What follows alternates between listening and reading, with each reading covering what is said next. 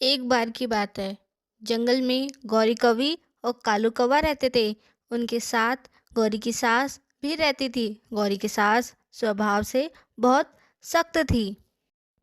अब तो गौरी कवि माँ बनने वाली थी। यह बात सुनकर गौरी की सास और कालू कौवा खुशी के मारे फूले नहीं समा रहे थे। जंगल के सभी पक्षियों को मिठाई बांटती है और कहती है, मेरी बहू माँ बनने वाली है। अब तो मेरे घर पोता होगा। गौरी कवि की सास रानू चिड़िया के पास जाती है। लो रानो चिड़िया, मिठाई खाओ। अब मेरी बहू माँ बनने वाली है। अब तो मेरे घर पोता होगा जो हमारे वंश को आगे बढ़ाएगा।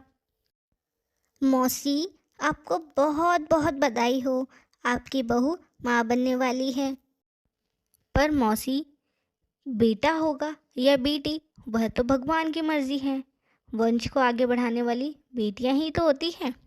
नहीं नहीं रानो चिड़िया, मेरे घर तो पोता ही होगा जो हमारे वंश को आगे बढ़ाएगा, जो हमारे बुढ़ापे का सहारा बनेगा, हमारे लिए दाना लेकर आएगा।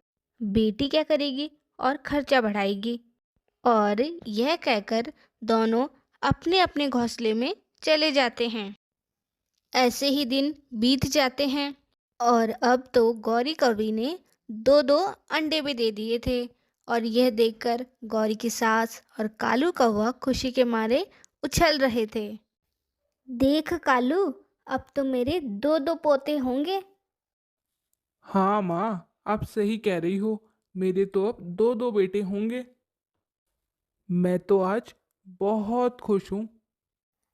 अगर माँ जी, इन अंडों में से बेटी कवि हुई तो क्या हुआ। वह तो भगवान की मर्जी है कि बेटा होगा या बेटी। बेटी ही तो वंश को आगे बढ़ाती है, माँ बाप का नाम रोशन करती है। नहीं नहीं, मेरे तो पोता ही होगा। गौरी बहू, तुम ज़्यादा ना बोला करो, नहीं तो मैं तुम्हारी ज़बान खींच लूँगी। और यह सुनकर गौरी भी अब चुप हो जाती है। और ऐसे ही वक्त बीत जाता है और अब बच्चे भी अंडे में से बाहर आ जाते हैं। एक अंडे में से बेटा कौवा और एक अंडे में से बेटी कौवी होती है। गौरी की सास और कालू कौवा बेटे कौवे को देखकर बहुत खुश होते हैं और उसे बहुत लाड लडाते हैं।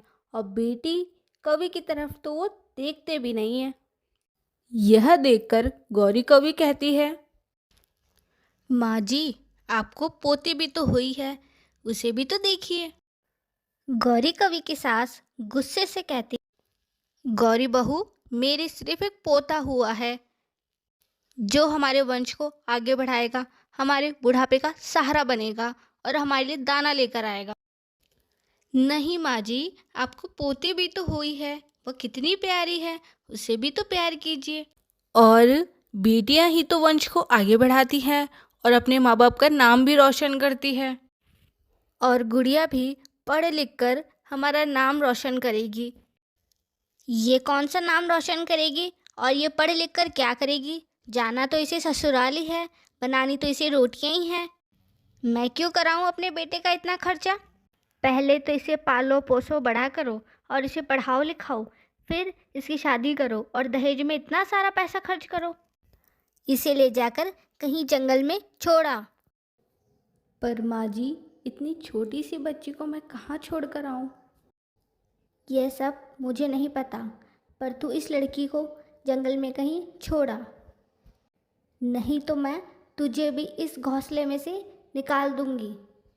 गौरी कवि भी यह सब बातें सुनकर डर जाती है और गुड़िया को लेकर घोंसले से चली जाती है और जाकर एक नदी के किनारे बैठ जाती है और मन ही मन सोचती है कि इतनी छोटी बच्ची को कहाँ छोड़कर जाए। जंगल में कोई चील, बाज या कोई पक्षी उसे खा गया तो।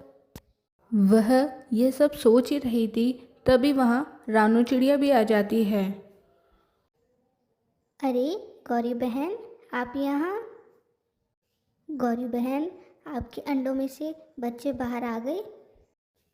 हाँ रानू चिड़िया, अंडों में से बच्चे बाहर आ गए। एक अंडे में से बेटा कौवा और एक अंडे में से बेटी कौवी हुई है। अरे वाह रानो बहन, आपको बहुत बहुत बधाई हो। गुड़िया तो बहुत सुंदर है। हाँ रानो बहन, गुड़िया तो बहुत प्यारी है, पर क्या करें, इस छोटी सी बच्ची को इतने बड़े जंगल में कहाँ छोड़ूं। क्यों गौरी बहन, आपके पास तो आपका घोंसला है, गुड़िया को जंगल में क्यों छोड़ना है? गौरी कवि रानू चिड़िया को सारी बातें बताती है। अब तुम ही बताओ रानो बहन, मैं गुड़िया को कहाँ छोड़ूं? कहीं मेरी गुड़िया को वो बदमाश बाज खा गया तो? मुझे तो गुड़िया की बहुत चिंता हो रही है। गौरी बहन, आप चिंता ना करें, गुड़िया अब से मेरे साथ मेरे घोंसले में रहेगी। मैं गुड़िया का बहुत अच्छे से ध्यान रखूंगी। धन्यवाद रानो बहन, पता नहीं मैं तुम्हारा यह एहसान कैसे चुका पाऊंगी। गुड़िया बेटी, आप रानो मौसी को परेशान मत करना और शरारत तो बिल्कुल मत करना, और मैं तुमसे मिलने आया करूंगी। और यह कहकर वह सभी अपने अपने घोंसले में चले जाते हैं। ऐसे ही समय बीत जाता है। एक तरफ तो रानो चिड़िया गुड़िया को अच्छी अच्छी बातें सिखाती है, और दूसरी तरफ कालू और कालू की माँ पिंकू को गलत शिक्षा देते हैं और उसे बिगाड़ देते हैं, खिलौने खाने की चीज़ें दिला दिलाकर। गौरी कवि के समझाने पर भी वह नहीं समझते हैं। एक दिन अचानक से कालू के घोंसले पर आग लग जाती है और वह सभी घोंसले के अंदर होते हैं और ज़ोर ज़ोर से चिल्लाते हैं, कोई है बाहर, हमारे घोंसले में आग लग गई है, कृपया हमें कोई तो बचाओ, कोई है बाहर प्लीज़। पिंकू भी मौका मिलते घोंसले में से एक खिड़की में से बाहर आ जाता है और जाकर दूर एक पेड़ पर बैठ जाता है और यह सब देखता रहता है। उन सभी की आवाज़ सुनकर गुड़िया भी वहाँ पहुँचती है और यह देखकर मन ही मन सोचती है कि वह ऐसा क्या करे जिससे यह आग बुझ जाए। वह नदी किनारे जाती है और नदी में से पानी लेकर आती है और पानी लेकर आग बुझाती है और वह सभी बच जाते हैं। और तभी वहाँ रानू चिड़िया भी आ जाती है। देखा मौसी, आप जिस बेटी को बोझ समझती थी, आज उसी पोती ने आपकी जान बचाई है। वक्त आने पर बेटियां भी हमारा नाम रोशन कर सकती हैं। बेटियां कभी भी बोझ नहीं होती हैं। प्यारे दोस्तों, आपको ये वीडियो अच्छा लगा हो तो हमारे चैनल को सब्सक्राइब करें, लाइक करें, शेयर करें एंड कमेंट करें। हाँ रानो बहन, मैं मूर्ख थी जो इतनी प्यारी बच्ची को बोझ समझ रही थी। अब से मैं अपनी गुड़िया को बहुत प्यार करूँगी और इसे अच्छे स्कूल में पढ़ाऊँगी। अब कभी भी किसी भी बेटी को बोझ नहीं समझूंगी। और अपनी सभी सहेलियों से कहूँगी कि हमारी बेटी, बहू, पोती या किसी भी लड़की को कभी भी बोझ नहीं समझना चाहिए। बेटियां ही तो हमारे वंश को आगे बढ़ाती है और हमारा नाम भी रोशन करती है पढ़ लिख कर, और समय आने पर माता पिता की सेवा भी करती है। वह लोग धन्य हैं जिनके घर बेटियां हैं।